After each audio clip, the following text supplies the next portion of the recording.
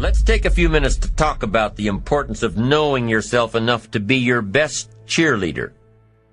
You know, when you thought you were doing what you were supposed to do and were misinformed, the times you thought you had it all laid out and it just didn't work, the times when you burned the midnight oil day after day and it didn't seem to help, it didn't seem to change the end result.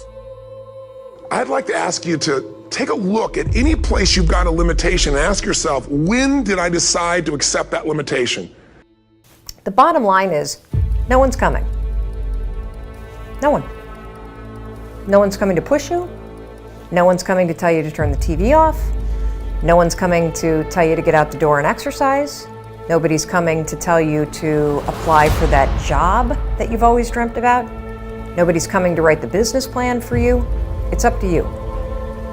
And because you're only ever going to do the things that you feel like doing right now or that feel good right now, unless you understand that you've got to parent yourself, you got to push yourself. These are the times that you have to rely on your own self-encouragement. Take responsibility for the missed opportunity or the misrepresentation. Learn from the fact that even though your client wanted it one way and you presented it the right way, it didn't work. Be prepared for the letdowns that happen every so often. Know that this lost opportunity just sets you up better for the next one. Realize that you can make the necessary alterations next time. Make the changes that will make the difference. Study your mistakes and learn from them. Don't dwell on the mistakes. Acknowledge them. Learn from them. Encourage yourself that you're smarter than your bank account leads you to believe. It all comes down to the inner game, my friends. Changing your life is a change in the inner game. The outside world you can't control, but you have absolute control over this one if you learn the dynamics of what shapes you. And identity is one of those simple, clear, fundamental basics that if you start to shift it, everything else will shift in your life as well. Some people, by the way, have to have more than enough money to do what they want, when they want, where they want, with whomever they want, contribute the way they want. And if that's their must, they find a way. I know that sounds overly simplistic, but it's true. Remind yourself that you're bound to get better. Don't get down on yourself. Don't beat yourself up. It's the next opportunity that matters, not the last one, the next one. Now, the last one matters only in that you must learn from your mistakes. But the next one gives you the opportunity to show that you have learned from your mistakes. You can do it better next time. You just have to practice, practice, practice. Keep trying. Keep trying until what? Until you've got it down. If you figured out what went wrong last time, then you know how to make it right next time. If you figured out what it was in your presentation that didn't work, don't say that next time. If you figured out that the reason you didn't close the deal this time was because you didn't have all the facts and figures in place, have all the facts and figures in place next time. Don't beat yourself for messing up. Pat yourself on the back for figuring it out. You need to encourage yourself. You need to pump yourself up. You need to be your own cheerleader. Why? Because you can't wait and hope that someone else will come along and cheer you up, make you feel better, tell you that you'll do better next time. You have to rely on yourself.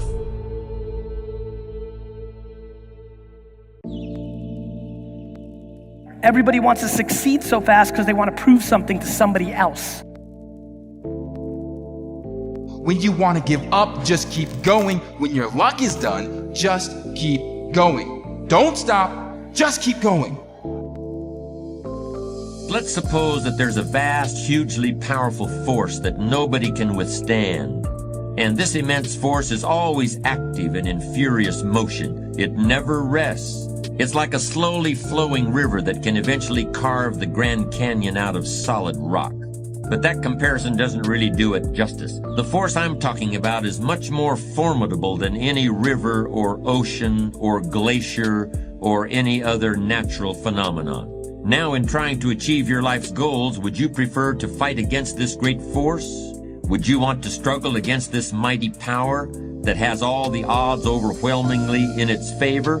Or would you rather enlist this great power in your cause and make the inevitable work for you instead of against you? Take your time before answering. Think it over.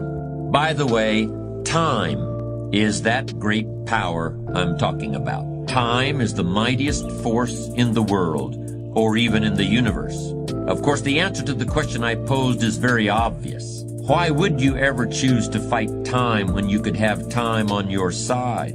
Who wouldn't want to harness the great river of time that flows through all of life? Why wouldn't you want to use the power of time to generate power in every area of your existence, to turn the turbines of your hopes and dreams, to charge your every aspiration with lightning bolts of electricity? Well, there is only one way to make time work for you, not against you, and that's with patience.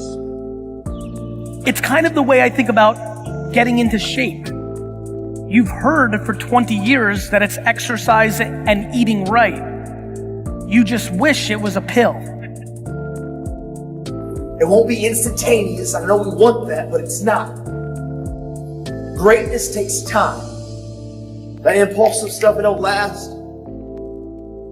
When you build something with a foundation with choices and character, you see, character is everything in life. Your attitude is going to really determine your altitude. Bouncing back, number one, is refusing to listen to the negative chatter in my own head, creating something from absolutely nothing. I didn't ask permission, I gave notice. At some point, I have to stop asking, can I be great? Can I be brilliant? Can I be okay and still be accepted? I just stopped asking permission and just gave notice unapologetically, not in a braggadocious way, not in a way that shrunk anyone else, in a way that said, I only got one life, and I'm gonna ride this one till the wheels fall off. And I'm telling you that I think you need to embrace desperation again in your life. Like, do you want it so bad that you're desperate for it? See, in a fight, you show me two people. This is why it's so hard to repeat as a champion in the fighting game. Because you show me someone who's up and coming, who's hungry for that title, who's never had it before, who can taste it, who knows if they win that belt, their whole life's gonna change. They're gonna be champion of the world, all the endorsements, all the money, all their family life, all their parents' lives are gonna change. You show me somebody chasing that, hungry for it, against someone who's just trying to hold on to a title. And that's why most of the time the challenger beats the champ. It's hard to repeat as a champion because the hunger goes down just a little bit. The greatest athletes, the Kobes, the Bradys, the Jordans of sports, have a way of feeding their hunger all the time and increasing it. What separates them isn't just their work ethic, isn't just their talent, although those things matter, isn't just they practice more. What separates them is they're just hungrier. They somehow find a way as they climb up the ranks and win championships to get even hungrier for more, where 99% of the athletes lose just a little bit of their edge once they get that first championship, that first pro contract, that first big amount of money, that first world championship. They just lose their hunger a little bit. And then there's the elite. They get hungrier. It feeds the beast. What does it mean for you to advance economically if you lose your soul? What does it mean for you to end up running the business if you lose your soul? What does it mean to have a bigger house if you lose your soul? I want you to value what you have, not just what you're going to.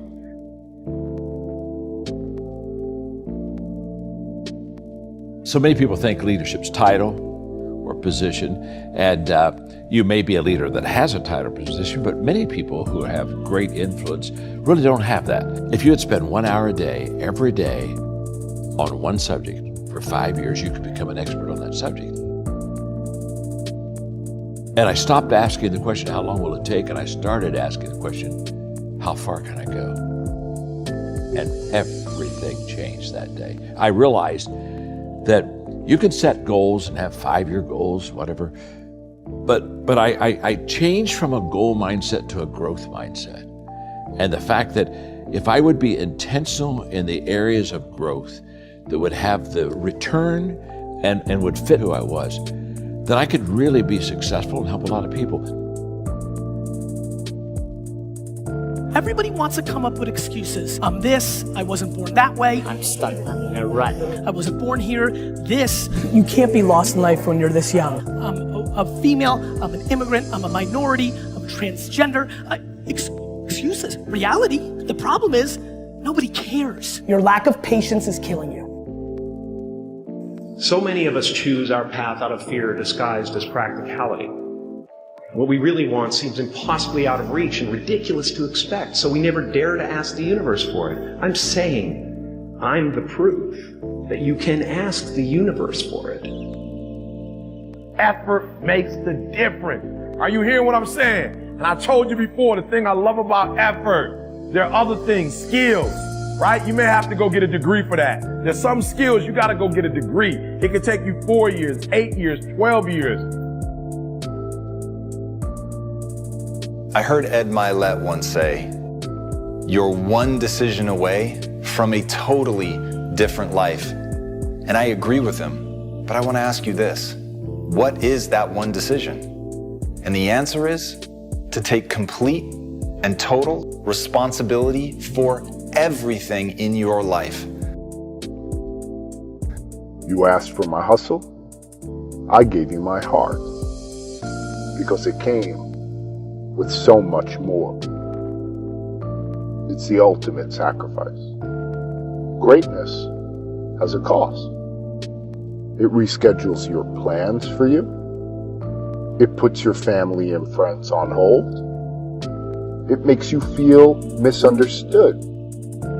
And it will put you in some deep, dark holes. Greatness demands everything from you. Your mind, your body, your spirit, and your soul. So what do you do when you shoot 4 air balls in a playoff game? What do you do? Do you sulk? Do you weep? When you disappointed all of your teammates? When you let down all of the fans? Do you ask for sympathy? Do you ask why me? When they blast the coach for keeping you in the game, do you blame yourself? When they've drawn up their own conclusions about how your career is going to end, do you wish you could go back in time and make a different decision? Or do you get off of the plane and go straight to Palisades High and get the janitor to open up the gym and lock yourself in there until the sun comes up? You go shoot, you drill, you relive that moment and change the outcome over and over again.